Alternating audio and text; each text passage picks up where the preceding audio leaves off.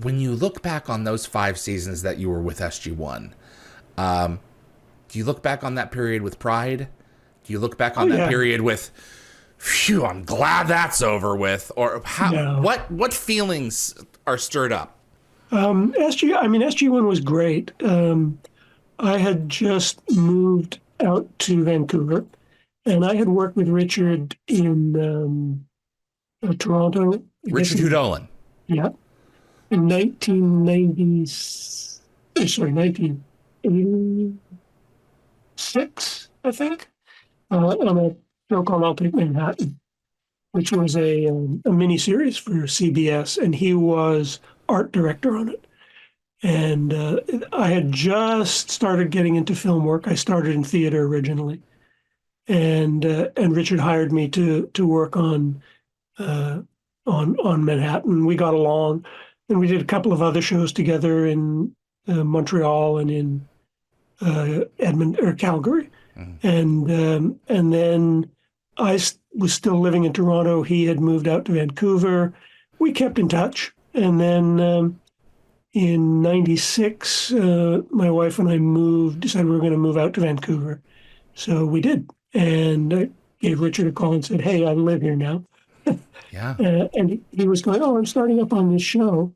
Do you want to do, because I was not fully in the union yet. I was a permittee.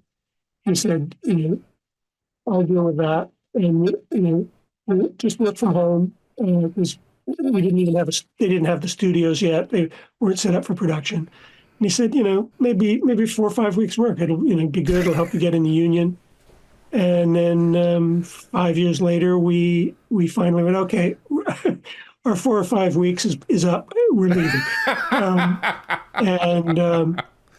So yeah, we worked out of my my workroom at home and his house, and we were basically building the standing set. That was, or drawing up the standing set, adapting the idea and the look from the movie, because that's what it all came out of. Yeah. So we didn't want to totally go, oh, we'll just do something totally new and different.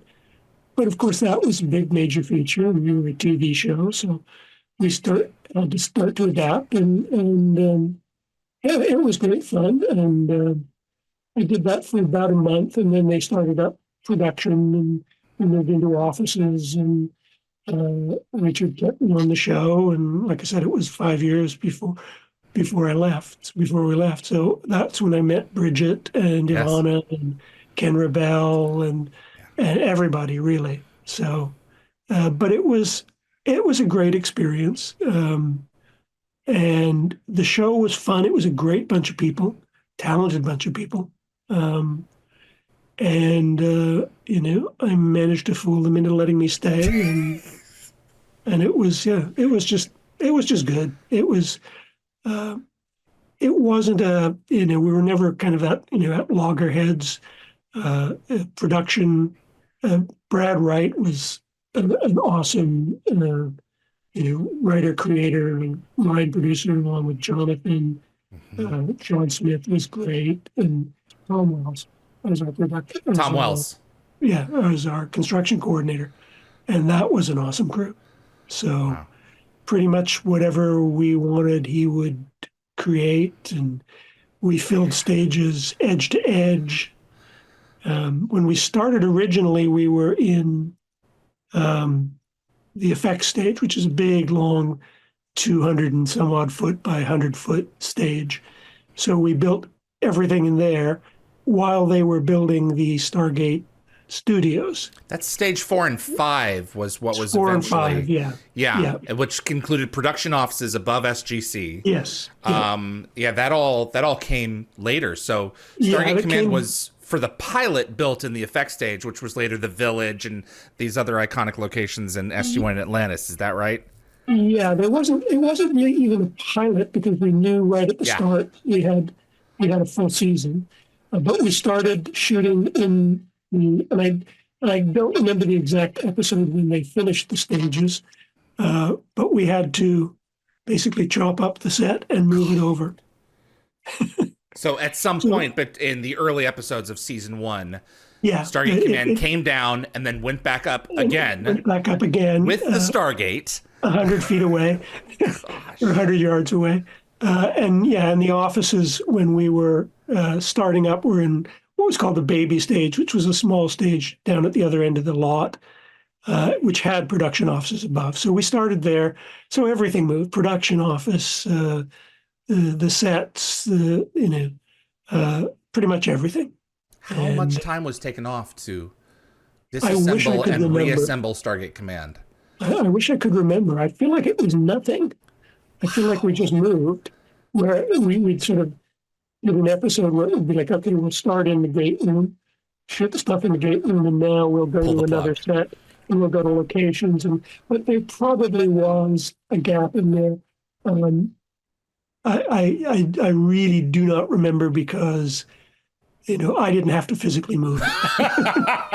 There were You could people ask for Tom that. Wells. He can Okay. probably remember exactly how many days they had. It was not enough, but it was. I mean, it was designed to be moved into that space. It wasn't suddenly Okay. like, oh gosh, it's 8 feet too long. Yeah. So you put it. well, It's probably just a great big Lego set. I mean, not to understate it, it was a huge move. It was a lot of guys working very hard. Man. But it was, it worked well, and it went in there. And the picture you see behind me is in the. I'm pretty sure we'd moved it by then. Wow. So that's the permanent location. Yeah. What were the challenges of adapting the movie space and prop, the big one, for the TV show?